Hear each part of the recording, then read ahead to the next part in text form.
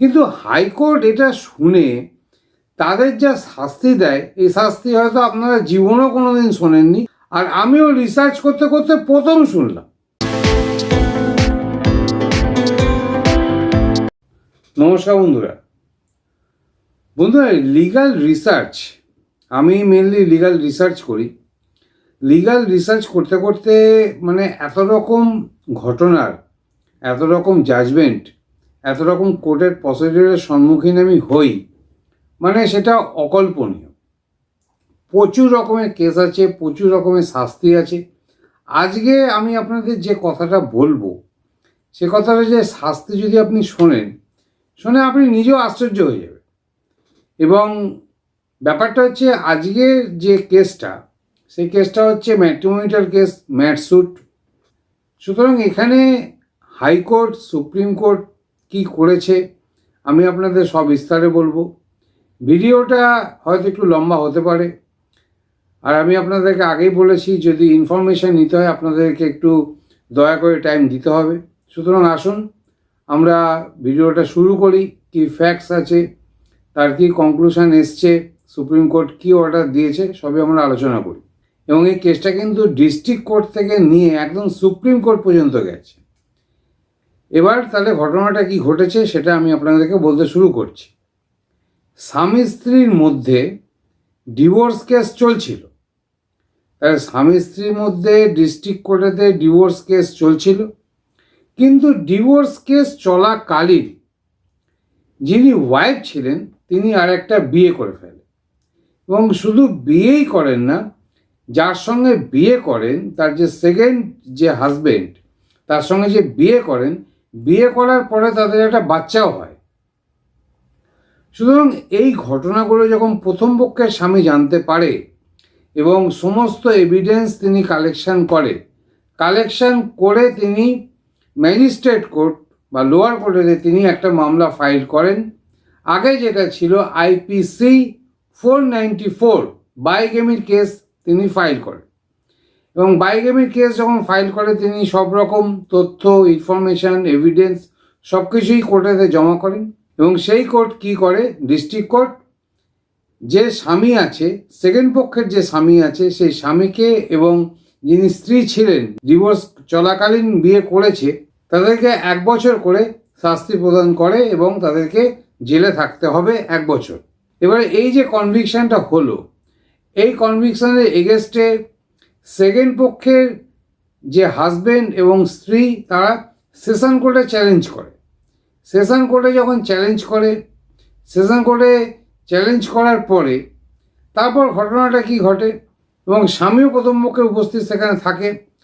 Session court কি বলছে যে এখানে কোনো রকম বাইগেমি হয়নি, এখানে বাইগেমির কোনো রকম ব্যাপার আমরা দেখতে পাচ্ছি না।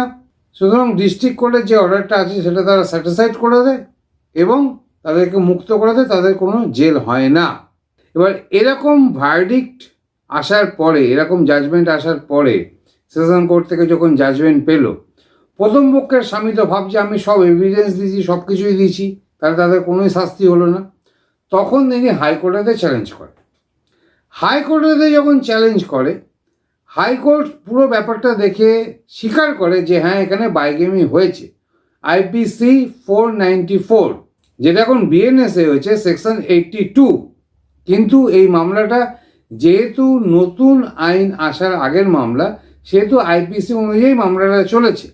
কিন্তু আপনারা যদি এখন এরকম মামলার মধ্যে পড়েন, তাহলে আপনাদের কিন্তু BNS, ভারতীয় ন্যায় সংহিতা সেকশন 82 এর মধ্যে কিন্তু আপনাদের এই বাইগেমি কেসটা করতে হবে। এবার এখানে যেটা বলছিলাম যে হাজব্যান্ড, প্রথম পক্ষের হাজব্যান্ড হাইকোর্টে চ্যালেঞ্জ করে এবং হাইকোর্টও সমস্ত এভিডেন্স দেখে যে হ্যাঁ, এখানে বাইগেমি হয়েছে।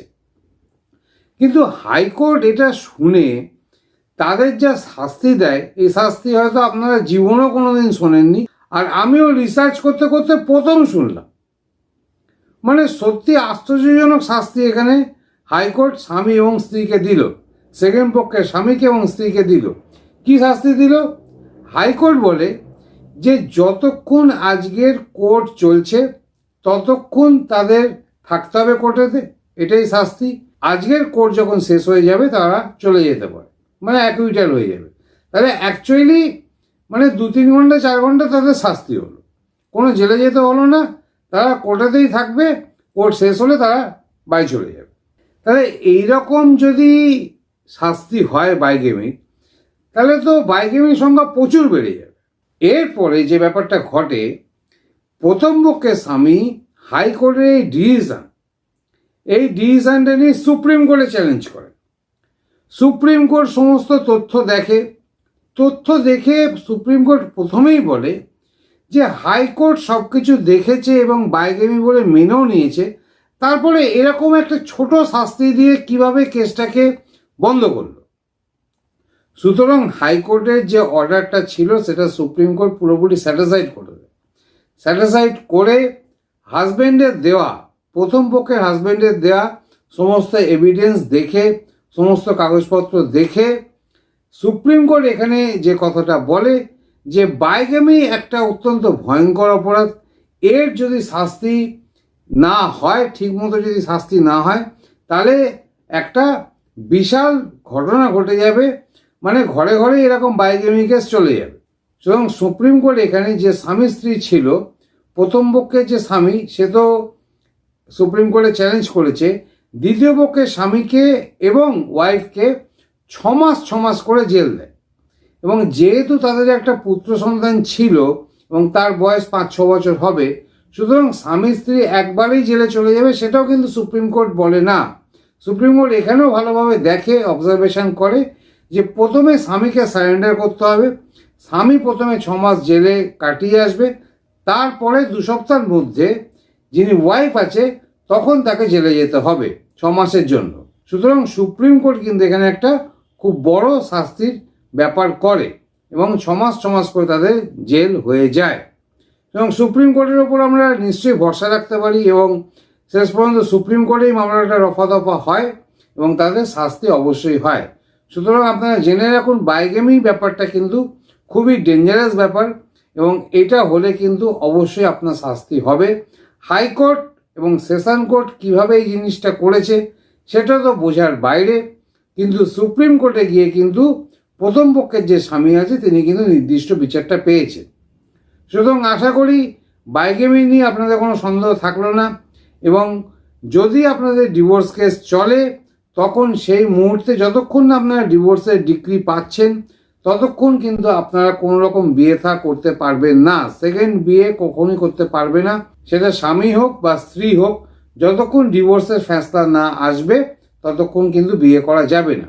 এবং ডিভোর্সের ফ্যাসলা আসার পরও কখন আপনি বিয়ে করতে পারবেন সেটা আমি বলে দিতে পারি, কোনো অসুবিধা নেই। সেটা আপনারা কনসিকুয়েন্স জেনে, সমস্ত পরিস্থিতি জেনে আমি আপনাকে জানিয়ে দেবো। এবং আপনি জানেন আমার চ্যানেলে আমার লিগাল ডিসকাশনের ব্যাপার আছে, আমার লিগাল ডিসকাশনের নাম্বার নিচে দেওয়া আছে, আপনারা আপনাদের অ্যাপয়েন্টমেন্ট বুক করে অবশ্যই লিগাল ডিসকাশন করতে পারেন। এবং এটা কিন্তু পেইড সার্ভিস, এটা কিন্তু কোনো ফ্রি সার্ভিস নয়। আপনাদের অ্যাপয়েন্টমেন্ট বুক করে তখন আপনার সঙ্গে কথা বলবেন, আমি ডেফিনেটলি আপনাদের সঙ্গে আধ ঘন্টা বা 1 ঘন্টা অবশ্যই কথা বলবো আপনাদের প্রবলেম নিয়ে, এবং যতটা পারবো আমি আমার লেভেল বেস্ট আপনাদেরকে সহায়তা করার চেষ্টা করব। এছাড়া তো আমার অ্যাডভোকেট গ্রুপ আছেই, অ্যাডভোকেটরাও কিন্তু আপনাদের অবশ্যই সাহায্য করবে। তাহলে আশা করি ব্যাপারটা আপনারা বুঝতে পারলেন। সুতরাং বাইগেমি আপনারা করবেন না, এটাই আমি আপনাদেরকে বলে রাখলাম। এবং এরকমও কিন্তু একটা শাস্তি, নতুন ধরনের শাস্তির ব্যাপারটা আমি এই কেসটা রিসার্চ করতে পেলাম।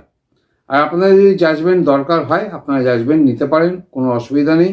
জাজমেন্ট নিতে গেলে আমাকে হোয়াটসঅ্যাপে কন্ট্যাক্ট করবেন, আমি হোয়াটসঅ্যাপে আপনাকে জাজমেন্ট দিয়ে দেবো। তাই একটা ছোটো পয়সাইন ফিস লাগে, জাজমেন্টের জন্য কিন্তু কোনো রকম টাকা পয়সা লাগে না, টোটালি ফ্রি। কিন্তু জাজমেন্ট দিতে গেলে আমাদের জাজমেন্টগুলো যেহেতু স্ট্যাটিস্টিক্স ওয়াইজ রাখা হয়, তাই একটা পয়সাইন ফিস আপনাদের দিয়ে আপনাদের জাজমেন্ট নিতে হবে। তাহলে এই বলে ভিডিওটা আজকে এখানে শেষ করছি। আশা করি আপনারা ব্যাপারটা বুঝতে পেরেছেন। নমস্কার, thank you for watching this video, thank you.